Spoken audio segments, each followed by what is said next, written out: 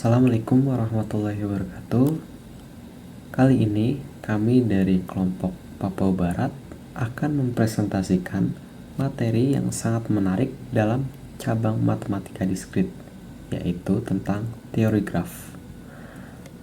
Mungkin kalau kita mendengar kata graf, yang langsung terbayang adalah grafik, batang, atau diagram garis. Tapi dalam matematika diskrit, graf itu bukan grafik seperti Excel, melainkan struktur yang terdiri dari simpul dan sisi yang menghubungkan simpul-simpul tersebut. Lalu, kenapa sih kita harus belajar teori graf ini?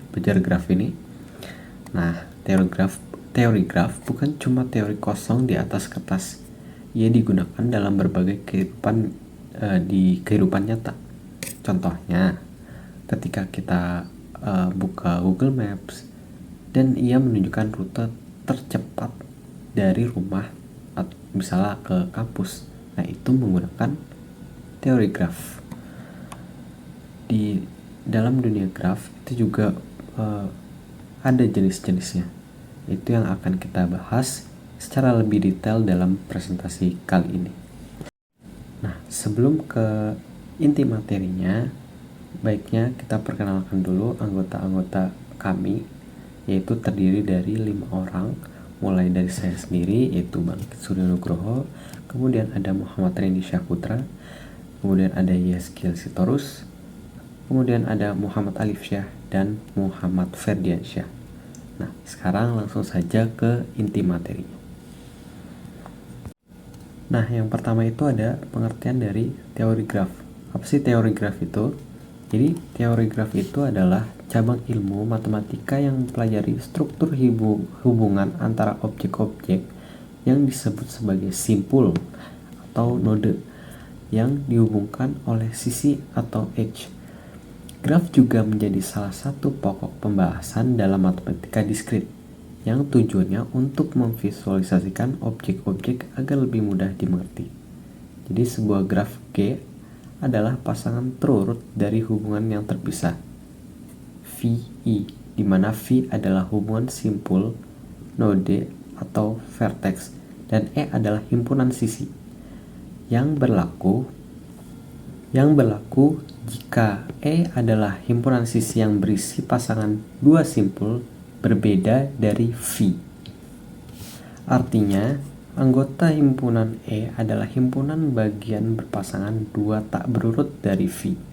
Persisnya dalam teori graf, jenis graf ini disebut sebagai graf sederhana tak berarah. Atau pengertian lainnya, graf adalah struktur matematika yang digunakan untuk memodelkan relasi antar objek. Graf terdiri dari simpul dan sisi yang menghubungkan pasangan simpul.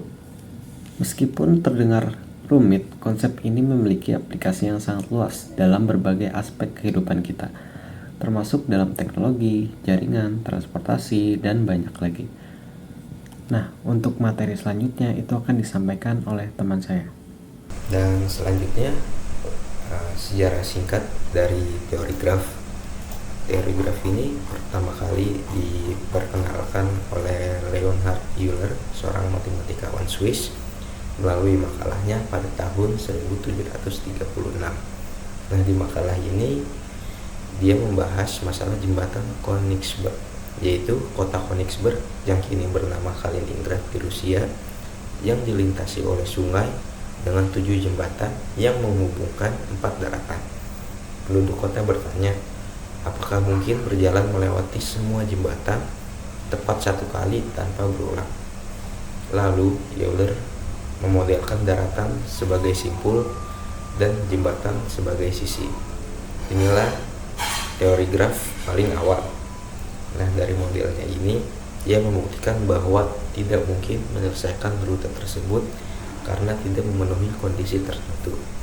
Dan kondisi ini sekarang dikenal dengan graf Euler. Selanjutnya ada contoh graf dalam kehidupan sehari-hari. Dan ini contoh pertama, misalnya kita ingin menghubungkan kota dengan jalan. Kota bisa kita ibaratkan sebagai simpul dan jalan sebagai sisi. Dan begitu juga dengan jaringan komputer. Komputer bisa kita ibaratkan sebagai simpul dan kabel sebagai sisi. Dan contoh terakhir yang paling sering kita lihat kalau kita pakai transportasi umum itu adalah peta transportasi, yang dimana stasiun-stasiunnya itu menggambarkan simpul dan rute-rutenya itu menggambarkan sisi. Dan selanjutnya ada jenis-jenis graf.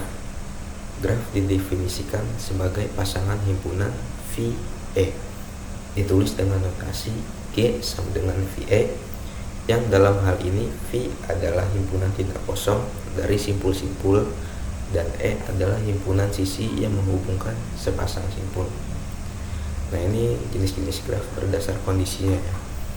Yang pertama, berdasarkan ada tidaknya loop atau sisi ganda pada suatu graf. Dalam teori ini, simpul mewakili entitas atau objek, sedangkan sisi adalah hubungan antara simpul-simpul tersebut. Misalnya dalam jaringan sosial, simpul dapat mewakili pengguna dan sisi menggambarkan hubungan pertemanan di antara mereka. Nah, dari kondisi ini kita dapat dua contoh graf, yaitu graf sederhana dan graf tidak sederhana. Nah, graf sederhana ini adalah graf tanpa sisi ganda atau multiple edge dan tanpa loop atau sisi yang menghubungkan simpul ke dirinya sendiri. Dan ciri-cirinya tentu saja tidak ada dua sisi yang menghubungkan pasangan simpul yang sama, dan tidak ada sisi dari simpul ke dirinya sendiri atau loop. Nah, selanjutnya graf sederhana ini bisa berarah atau tidak berarah, tapi yang paling umum adalah tidak berarah dan tidak berbobot. Dan selanjutnya graf tidak sederhana. Graf tidak sederhana adalah graf yang memiliki loop atau sisi ganda. Ciri-cirinya tentu saja memiliki sisi ganda, dua atau lebih sisi antara pasangan simpul yang sama, dan loop, sisi dari simpul ke dirinya sendiri. Nah, jenis graf tidak sederhana ini meliputi multigraf dan pseudograf.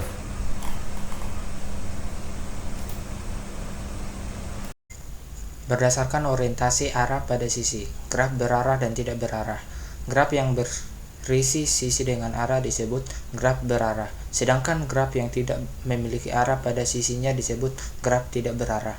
Graf tidak berarah yaitu graf yang sisinya tidak mempunyai orientasi arah, yaitu contoh jaringan sosial yang memiliki hubungan pertemanan di Facebook yang bersifat dua arah.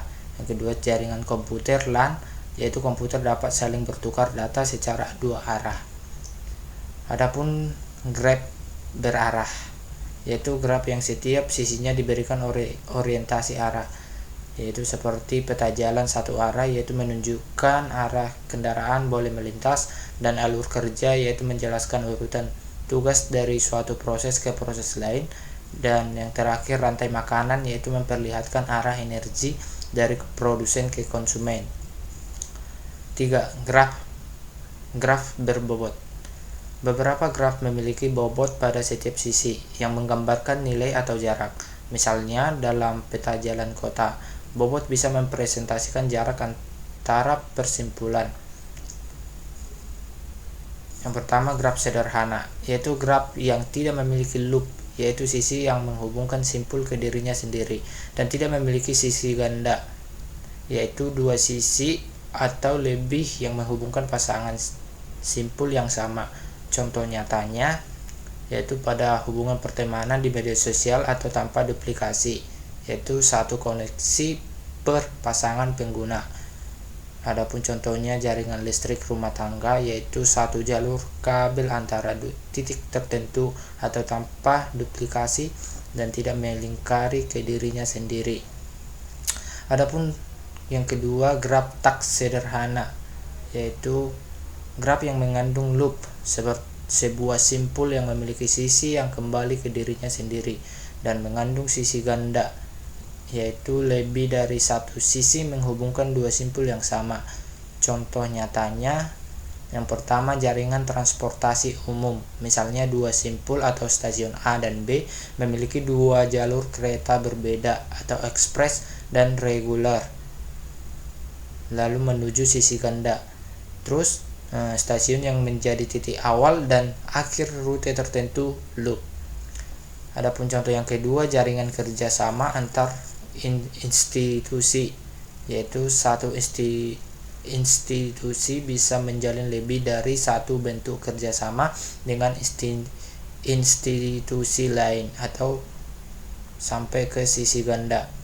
Adapun contoh ketiga yaitu sistem proses industri, yaitu suatu unit mesin bisa mengembalikan hasil ke proses awal atau loop. Selanjutnya adapun graf lengkap atau complete graph. Definisinya yaitu graf lengkap adalah graf sederhana di mana setiap simpul terhubung langsung dengan semua simpul lainnya. Adapun notasi graf lengkap yaitu dilambangkan dengan Kn, atau N-nya bisa disebut dengan jumlah simpul. Maka jumlah sisi sama dengan N dikali N kurang 1 per 2. Adapun ciri-cirinya yaitu tidak ada simpul yang terisolasi, dan kedua semua simpul memiliki derajat N dikurang 1. Contoh graf lengkap yaitu pada rapat tim kecil. Situasi dalam satu tim yang terdiri dari 4 orang, setiap anggota dapat langsung berbicara dengan semua anggota lainnya tanpa perantara, dan model masing-masing orang adalah simpul dan komunikasi langsung antar anggota adalah sisi. Maka grafnya sama dengan K 4K underscore 4K 4 simpul dan 6 koneksi total. Selanjutnya 5 graf yang kelima graf bipartit. Definisinya yaitu graf bipartit adalah graf yang simpulnya dapat dibagi menjadi 2 himpunan yaitu U dan V, sehingga tidak ada sisi yang menghubungkan 2 simpul dalam himpunan yang sama. Adapun jenis khususnya yaitu graf bipartit lengkap atau complete bipartit graph. Yang kedua, semua simpul di himpunan U terhubung ke semua simpul di himpunan V. Dan jenis khususnya yang ketiga yaitu dilambangkan dengan KMN, di mana M yaitu jumlah simpul di U dan N jumlah simpul di V. Adapun contoh nyatanya yaitu seperti sistem pendaftaran kelas di kampus, yaitu simpul U-nya yaitu sebagai mahasiswa, terus simpul V-nya yaitu mata kuliah, dan sisinya jika mahasiswa mengambil mata kuliah tertentu. Maka hasilnya mahasiswa A mengambil matematika dan fisika, mahasiswa B mengambil fisika dan kimia, di mana relasi hanya terjadi antara mahasiswa dan mata kuliah, bukan antara mahasiswa ke mahasiswa. Selanjutnya graf pohon. Definisinya yaitu pohon adalah graf tak berarah yang terhubung dan tidak mengandung siklus. Adapun ciri-ciri pohon yaitu jika terdapat N simpul, maka terdapat N dikurang 1 sisi. Adapun ciri kedua, hanya ada satu jalur unik antara 2 simpul. Adapun ciri ketiga, derajat minimal sama dengan 1 daun, maksimal tergantung struktur. Selanjutnya jenis-jenis graf pohon, yaitu jenis yang pertama pohon biner, yaitu setiap simpul punya paling banyak 2 anak. Dan jenis pohon kedua yaitu pohon merentang atau spinning tree, yaitu subgraf dari graf terhubung yang mencakup semua simpul tanpa siklus. Ya, adapun contoh nyatanya yaitu pada struktur organisasi perusahaan, yaitu yang sebagai simpulnya yaitu posisi jabatan atau direktur, manajer, staf dan lain-lain. Yang kedua akar atau root, yaitu pimpinan tertinggi atau misalnya direktur utama. Terus sisinya yaitu hubungan hierarkis atau siapa membawahi siapa. Maka dapat hasilnya direktur ke manajer, dan keuangan ke staf, akuntansi ke manajer operasional, dan staf produksi ke staf ke akuntansi. Contoh utamanya yaitu direktur ke manajer, keuangan ke staf, akuntansi ke manajer operasional. Staf produksi yaitu struktur ini berbentuk pohon karena tidak ada siklus atau bawahan tidak membawahi atasannya. Selanjutnya graf yang ketujuh yaitu graf siklik dan asiklik. Siklik atau siklik graf yang memiliki minimal satu siklus. Contoh nyatanya pada jaringan jalan perkotaan, yaitu simpulnya persimpangan jalan, sisinya jalan antar simpul, yaitu di kota banyak rute maka hasilnya di kota banyak rute yang membentuk lingkaran atau misal jalan memutar. Maka hasilnya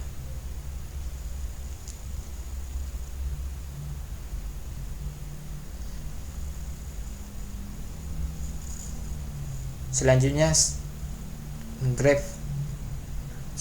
graf siklik dan asiklik.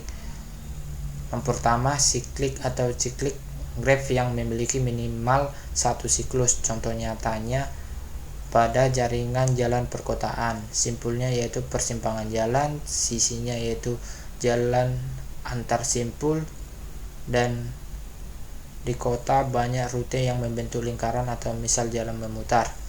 Maka hasilnya persimpangan A ke B, B ke C, C ke A. Siklus ini menggambarkan pengendaraan bisa kembali ke titik awal. Dan adapun asiklik atau asiklik graf yang tidak memiliki siklus. Contoh nyatanya pada struktur folder atau direktori komputer, yaitu simpulnya yaitu sebagai folder atau file, dan sisinya relasi yaitu berada di dalam, dan tandanya tidak mungkin folder A berisi folder B yang berisi A lagi, tidak mungkin siklus.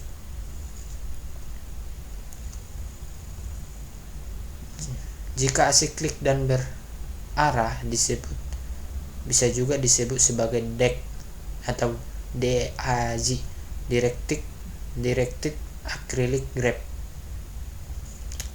Adapun aplikasi DAG yaitu penjadwalan proyek atau PRT atau CPM. Yang kedua, dependensi antar tugas dalam kompiler.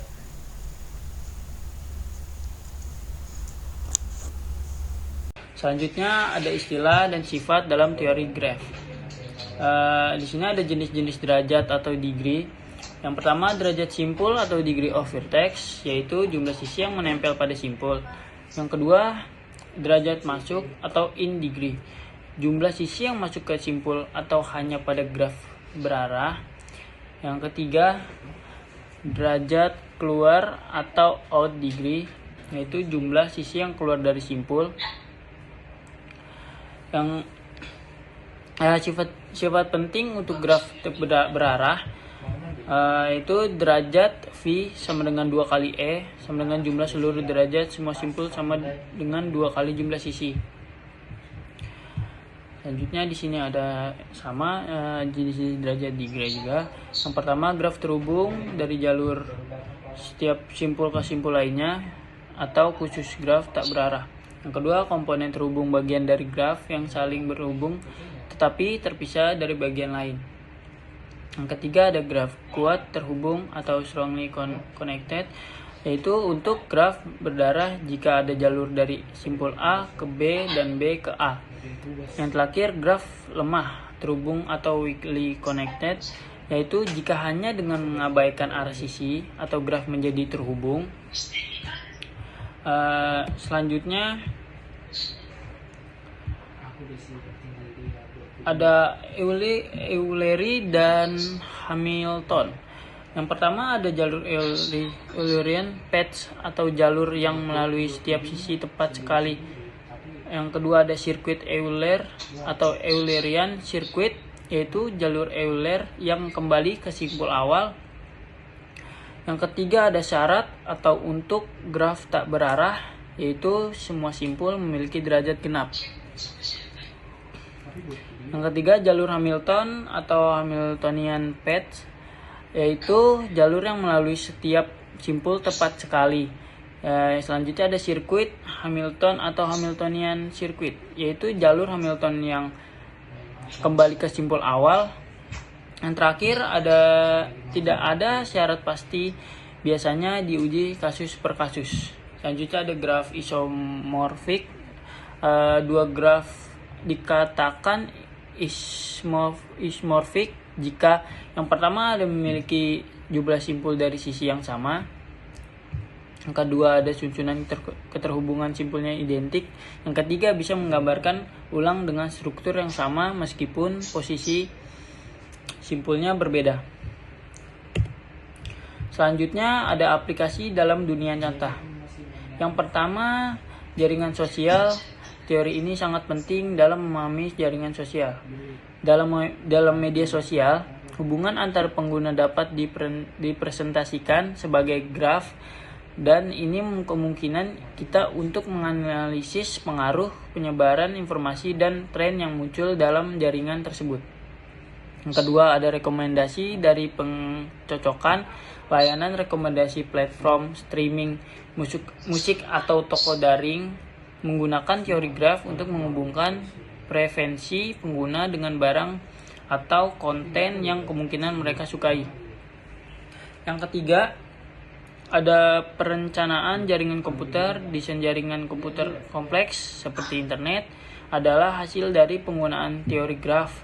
Itu kemungkinan pengiriman data yang efisien dan kehandalan jaringan.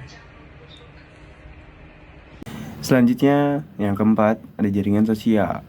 Di Facebook menggunakan analisis graf untuk menunjukkan teman-teman yang mungkin Anda kenal berdasarkan teman-teman yang Anda miliki dan hubungan di antara mereka. Begitu pula dengan aplikasi Instagram.